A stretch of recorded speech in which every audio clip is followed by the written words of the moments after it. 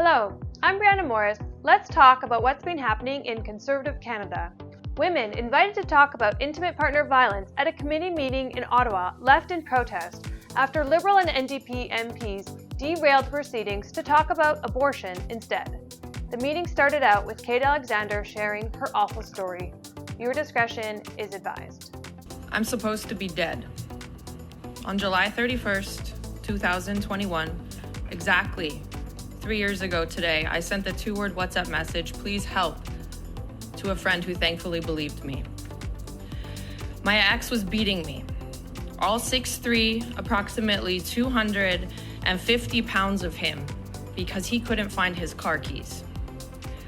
For 4 hours, with his fists, his feet, a wooden rolling pin, door wells, he split my head open in 3 places, gouged my eyes out with his thumbs, kicked my ribs, and tortured me in ways I can feel but can't fully describe.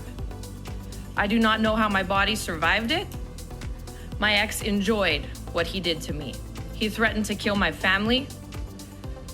The police were going to leave me for dead, but my former neighbor intervened. And after all that, guess what your criminal and justice system gave me? A peace bond. All 8 charges, 5 in the provincial and 3 in the federal, were stayed against my ex. And I can't say his name because it will forever be known as alleged abuse. I ask of you exactly what I asked Justice Himmel, who had the tears in her eyes on March 26, 2024, when I received the peace bond. Why does he abuse and why is he allowed to get away with it? He abuses because he is publicly and personally rewarded for it, and he is allowed to get away with it because you, the government of Canada, lets him. Abuse is a choice, a moral failing, and it is also inexcusable. Even 3 years later, my ex is still abusing me. I am suing him as the only form of legal justice I have left, and he has put in a meritless counterclaim as a continuation of abuse against me. He states I was self-injurious and I stole his Rolex after. He is lying under oath. You will listen to me because I am Caucasian, educated, and a member of an industry which holds space in the public eye. But these issues have been plaguing people everywhere across the nation for so long in the dark corners. But now we are in the light. We will shine until there is retribution. We will break the stigmas down into the nothingness that they are. There are no stereotypical victims, there are only stereotypical abusers. IPV and SA happens in all cultures, all socioeconomic statuses, races, ages, genders, but so predominantly with women and children. Kate Alexander's testimony continued. She named other victims and their cases. Megan Walker, Vice Chair of the London, Ontario Police Service Board and an advocate to end male violence against women, also testified. The total number of femicides in Canada between 2019 and 2023 is 840. 840 dead women.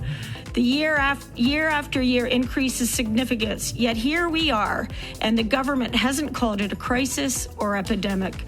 The government, in fact, hasn't addressed it at all. Current government strategies to end femicide, whatever they are not working. If they were, we would see a decrease in femicide rates. I'm hard-pressed to know what those strategies are, or even if there are strategies. After the witnesses gave their opening remarks, the committee members got to ask questions. When they were just getting started, Liberal MP Anita Vandenbelt moved a motion to discuss abortion instead of ask the committee members questions about intimate partner violence.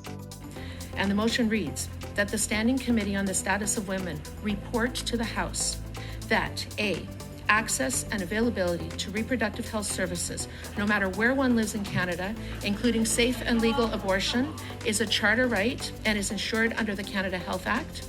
And B, the decision to have an abortion made by women, transgender, and non-binary individuals for any reason is their freedom of choice and theirs alone. Liberal and NDP committee members also then made it clear it was more important to them to get to speak first before a Conservative MP than to give the witnesses more time to speak and share their ideas for positive change. They called points of order until MP Leah Gazan was given the floor. Ms. Gazan had her hand up and wanted to speak first. She indicated early that she wants to speak, and the chance is not given to her. Can she speak first?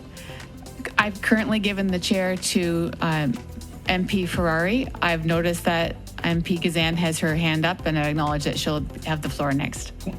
Point Thank of you. order, Chair. Point of order, Chair. Certainly. I had my hand up before. During MP Gazan's speech, the witnesses left the meeting in frustration. Point of order. We have a point of order on the table. And women need to be. We have a point of order. Relevance to the motion. Relevance to the motion. Absolutely, it is relevant to the motion. It is about a constant attack on women. All of my years By the in advocating Conservative for Party. women. We are leaving. The witnesses have publicly expressed their disappointment and demanded an apology.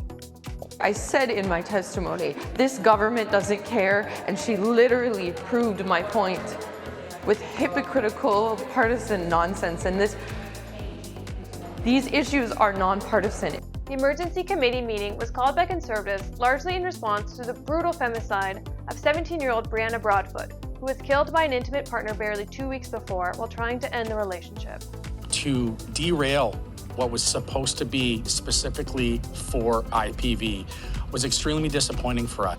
Kate Alexander and Megan Walker continue to call for change.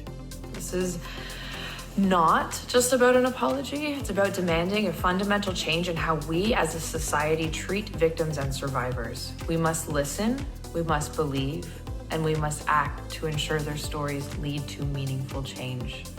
Advocates and Conservative MPs would like to see more meetings on intimate partner violence in the near future where they can actually discuss steps to protect victims. Be sure to like and subscribe to our page and sign up for our free email updates. Stay in the know with what's happening in Conservative Canada.